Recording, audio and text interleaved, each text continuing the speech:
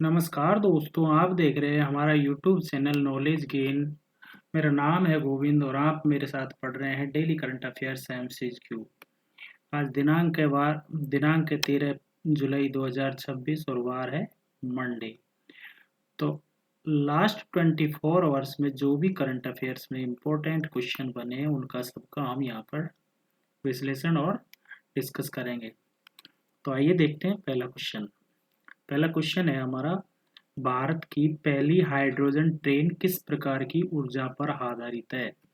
भारत की पहली hydrogen train किस प्रकार की ऊर्जा पर आधारित है? तो इसका सही आंसर है हाइड्रोजन फ्यूल। जब हाइड्रोजन ट्रेन है तो हाइड्रोजन फ्यूल पर ही आधारित होगी। नेक्स्ट क्वेश्चन, भारत की पहली हाइड्रोजन ट्रेन परियोजना का संबंध किस मंत्रालय से है? क्वेश्चन है भारत की पहली हाइड्रोजन ट्रेन परियोजना का संबंध किस मंत्रालय से है? तो इसका संबंध है रेल मंत्रालय से, क्योंकि ट्रेन है, रेल है, तो रेल मंत्रालय ही इसके लिए कार्य करेगा। क्वेश्चन नंबर 3, एल नीनो का सर्वाधिक प्रभाव भारत में किस पर पड़ता है? एल नीनो का जो हाल ही में चर्चा में बहुत ज्यादा है, जिसकी वजह से मानसून भी बहुत कम आया है, भारत में किस पर सर्वाधिक प्रभाव पड़ता है? तो ये पड़ता है दक्षिण पश्चिमी मानसून पर। ये हमारा इंडिया हुआ, तो यहाँ पर हुआ दक्षिण, इधर को हुआ पूर्व, इधर को हुआ पश्चिम, इधर को हुआ उत्तर। तो ये जो दक्षिण पश्चिमी मानसून है, दक्षिण पश्चिमी मानसून, ये वाला अरब की खाड़ी का मानसून से बहुत ज्यादा प्रभाव पड़ता है, तो इसका सही आंसर है दक्षिण पश्चिमी monsoon. Question number 4, El Nino मुख्यतः किस महासागर से संबंधित जलवायु घटना है? एल नीनो मुख्यतः किस महासागर से संबंधित जलवायु घटना है? तो ये महासागर है प्रशांत महासागर। क्वेश्चन नंबर 4-5 पे चलते हैं। भारत की पहली बुलेट ट्रेन परियोजना किन दो शहरों के बीच विकसित की जा रही है? तो पहली बुलेट ट्रेन परियोजना है वो किन दो शहरों के बीच विकसित की जा रही है? तो ये दो शहर है मुंबई से अहमदाबाद। क्वेश्चन नंबर 6, भारत की जो बुलेट ट्रेन परियोजना है किस देश के सहयोग से विकसित की जा रही है? किस देश के सहयोग से विकसित की जा रही है? तो ये देश है हमारा जापान। जापान के सहयोग से भारत की बुलेट ट्रेन विकसित की जा रही है। क्वेश्चन नंबर 7, प्रसार भारती की स्थापना किस वर्ष हुई? प्रसार भारती की स्थापना किस वर्ष हुई? तो इसकी स्थापना हुई 1997। प्रसार भारती हमारा आकाशवाणी केंद्र है। इसकी स्थापना हुई 1997 में। हाल ही में इसका वर्षगांठ मनाई गई है, हाल ही में इसकी एनिवर्सरी मनाई गई है, मतलब इसका 45 साल पूरे हुए हैं। क्वेश्चन नंबर 8, आकाशवाणी का अंग्रेजी नाम क्या है? आकाशवाणी का अंग्रेजी नाम है ऑल इंडिया रेडियो। ये आकाशवाणी का अंग्रेजी नाम है। क्वेश्चन नंबर 9 बनता है, आईएमडी का मुख्यालय कहाँ स्थित है? आईएमडी इंडियन मेट्रिक डिपार्टमेंट, इसका मुख्यालय नई दिल्ली में। और आईएमडी किससे संबंधित है? मौसम विभाग से संबंधित है, मौसम की जानकारी देता है। क्वेश्चन नंबर 10 पे चलते हैं। भारत मौसम विज्ञान विभाग IMD किस मंत्रालय के अधीन कार्य करता है? तो ये है पृथ्वी विज्ञान मंत्रालय के अधीन। भारत मौसम विज्ञान विभाग किस मंत्रालय का अधीन कार्य करता है? तो इसमें कंफ्यूजन रहता है, अधिकांश लोग क्या कर देते हैं विज्ञान एवं प्रौद्योगिकी मंत्रालय, जबकि इसका आंसर ये नहीं है, इसका ये आंसर ये नहीं है और इसका ये नहीं है, इसका आंसर है पृथ्वी विज्ञान मंत्रालय। क्वेश्चन नंबर 11 देखते हैं, नेट जीरो का अर्थ क्या है? नेट जीरो का अर्थ क्या है? तो इसका सही आंसर है हमारा आंसर बी, कार्बन उत्सर्जन और अवशोषण में संतुलन। कार्बन उत्सर्जन और अवशोषण में संतुलन। नेट कार्बन एक भारत सरकार की परियोजना है, जिसका लक्ष्य है कार्बन उत्सर्जन को कम करना।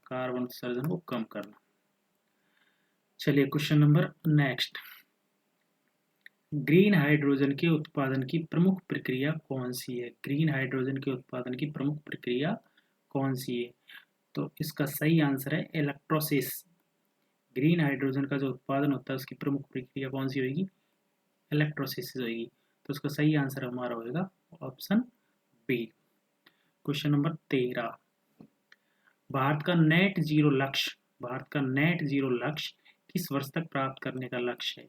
मतलब जो नेट जीरो जो भारत का योजना है, भारत की योजना, उसका लक्ष्य 2070 रखा गया है।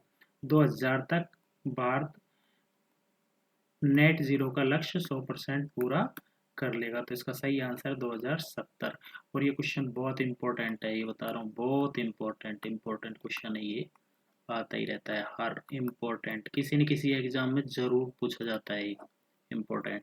अगला क्वेश्चन है हमारा, यूएनएफसीसी का पूरा नाम क्या है? यूएनएफसीसी का पूरा नाम क्या है? तो इसका सही आंसर है हमारा United nation framework convention on climate change.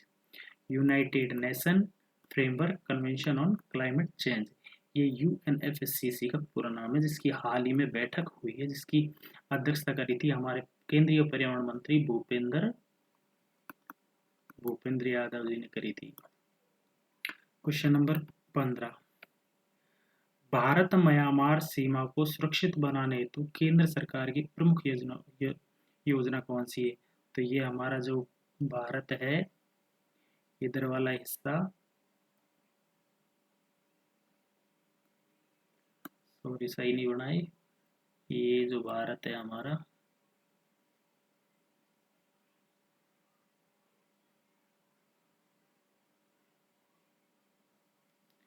इसका जो म्यांमार वाला हिस्सा है, यहाँ पर जो हमारी केंद्र सरकार की एक योजना है उसको, सीमा को रोकने के लिए, तो उसमें से सीमा की बाड़बंदी की जा रही है, सीमा की बाड़बंदी की जा रही है। तो इसका सही आंसर होगा सीमा बाड़बंदी। भारत और म्यांमार सीमा को सुरक्षित बनाने के लिए बाड़बंदी की जा रही है। क्वेश्चन नंबर 16, माओरी किस देश की मूल निवासी है? माओरी माओरी किस देश की मूल निवासी जाति है?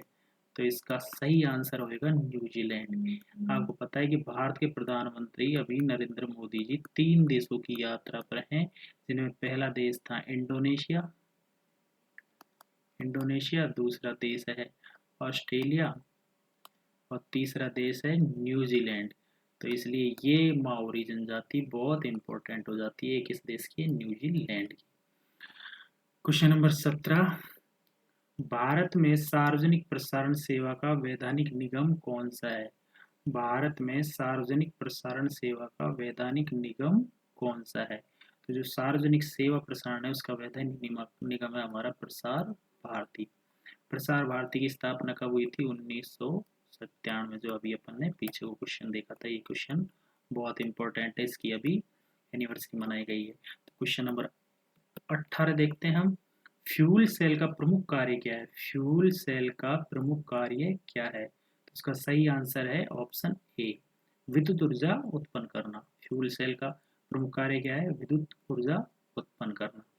क्वेश्चन नंबर 19 है, भारत की पहली हाइड्रोजन ट्रेन का मुख्य उद्देश्य क्या है? जो भारत की पहली हाइड्रोजन ट्रेन चलाई जा रही है उस रेल मंत्रालय द्वारा, उसका प्रमुख उद्देश्य क्या है? तो इसका प्रमुख उद्देश्य कार्बन उत्सर्जन को कम करना। तो आपको पता है कि भारत इस समय बिजली बिजली के जो जितने भी मशीन है उससे शिफ्ट हो रहा है इलेक्ट्रॉनिक और सौर ऊर्जा पर, हाइड्रोजन पर। तो दिल्ली में तो अभी भी बहुत सारी बसें हाइड्रोजन चलती है, तो हाइड्रोजन से जो बस चलेगी वो कार्बन उत्सर्जन बहुत ही न के बराबर करेगी। तो कार्बन उत्सर्जन को कम करने के लिए पहली हाइड्रोजन ट्रेन चलाई गई है। हाइड्रोजन बस तो चल रही है इस समय, लेकिन पहली ट्रेन चलाई है वो कार्बन उत्सर्जन को कम करने के लिए।